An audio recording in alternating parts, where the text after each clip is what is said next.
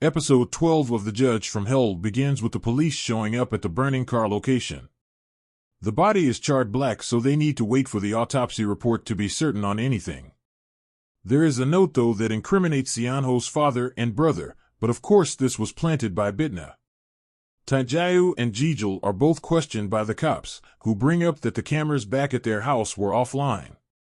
Now, the DNA results should take about 3 days to get back, which brings it right up to burial day. This all coincides, of course, with the shady deal Jijul made with that other assemblyman after playing golf, where we saw some money transfer hands. Dan is quiet through all of this, and while the officers keep an eye on the family, he doesn't get too involved.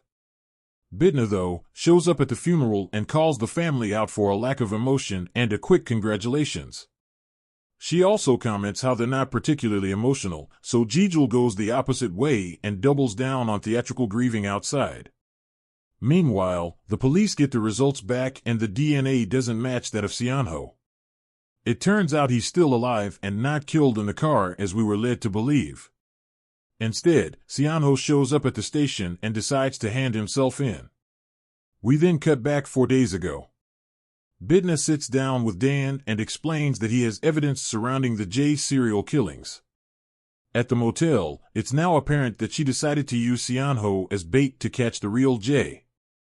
This is something made all the easier by the fact they found the axe used to chop up those body parts.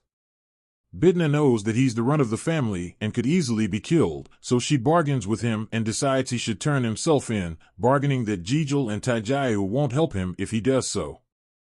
Well, they both curse their luck that night and reluctantly grab him from the motel. He's not dropped home, though, and en route to parts unknown, the Hell cleanup crew, Orang and Mando, show and stop them. They make swift work of the goons and then proceed to take Xianho. In order to do this, he now needs to play ball. The body out in the field is, indeed, a sinner that died 10 years back, and they've kept the body fresh until Bitna lights the match and burns the car. This is, of course, where we ended yesterday's chapter. Dan is obviously in on this too, explaining why he was quiet at the station, and it catches us up to the incident at the police station. Bitna promises not to legally sentence or kill him for killing the human Bitna and will get revenge for him too. In the interrogation room, Xianho points out that Taijiao and Jijul worked together and starved his mother to death. He knows there's video evidence of this, but doesn't know whereabouts it is.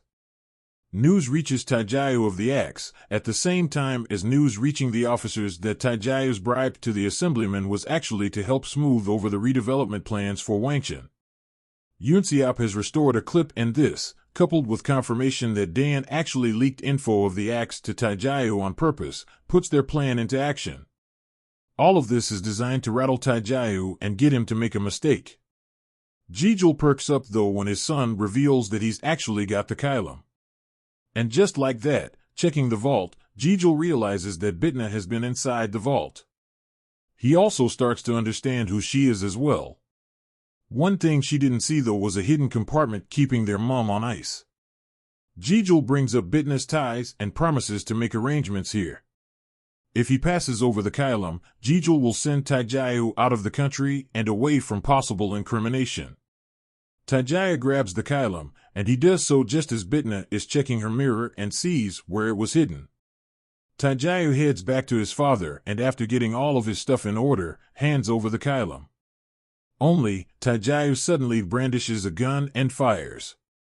After killing Jijul, he takes off with the Kylum and his gear, and is back on his way. He arrives at the airport, or does he? It turns out this was all a big vision by Jijul, who eventually stabs his son in the leg and knows that, through these visions, these were actually Taijiao's desires all along. He leaves the guy bleeding out and takes off with the Kylum. Just as this occurs, DNA test results confirm that Taijiao is Jay, given the fingerprints on the axe. Everybody races over to find him, but Bitna gets there first.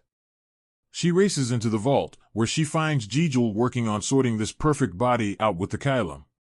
Just before he places the final piece, Bitna conjures her Hellblade and looks set to kill him, until he brings up Dan's parents dying.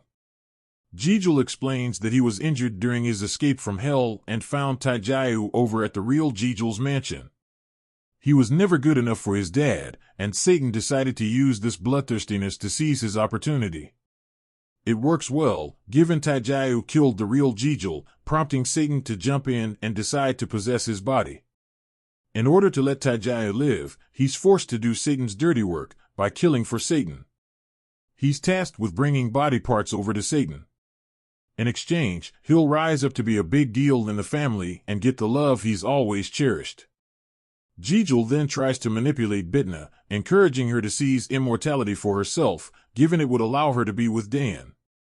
There's a whole bunch of images that pass, as Bitna sees her and Dan's marriage, and then it happens. Jijul's wife awakens and pounces, like a ravenous zombie. Bitna slashes at her, then picks the kylum out of Jijul's hand. Just like that, Bitna stabs Jijul in the chest and sends his spirit to the other side of the room. Satan is freed from the old man's body, which appears to be his play all along, and the pair end up fighting. Bitna once again comes out on top and sends him through to hell. Taijayu is still alive though, and the boatman sends him out into the middle of the lake. This is, of course, all one big ruse as Dan presents himself. He's here to get his revenge, and now, the ugly truth is revealed. It turns out Seonho never actually killed Soyeon either. This was all Taijayu's doing, and before she died, Soyeon wrote the J letter on the floor. She also carved into her arm too, but this only prompted Taijayu to chop and dismember her arm. Taijayu continues to goad him into killing Jade, but Dan remembers both Soyeon and Bitna's words before he does so, deciding to let him be tried properly in a court of law as the serial killer. The boatman is super proud of how Dan held his composure and acted like a proper saint, and this actually happens to be Gabriel in disguise. Bitna is still the talk of the town here, and the vibe around the court is not good. Given she's going to be presiding over the case, it's making a lot of people nervous. Now, Bitna obviously promised to try him in court, and before she heads in, Baal shows up in her office. He points out that sending Satan has resolved all her sins. Furthermore, he wants Taijayu released, punished, and sent directly to hell. There, he'll face a horrific death.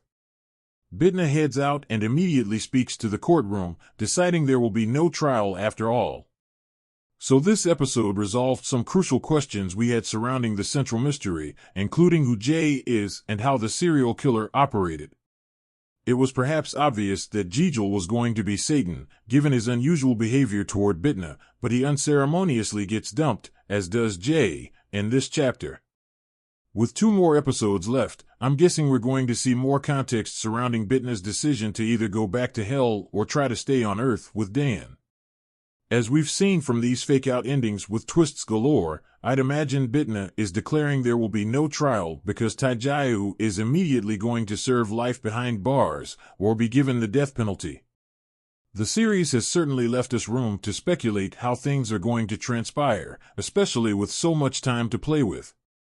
Could we see Bitna and Dan both die? Are we going for the reincarnation angle? Or is Justicia going to give up her demonic powers to live a human life? We'll have to wait and see, but there's plenty to whet the appetite going into next week's finale.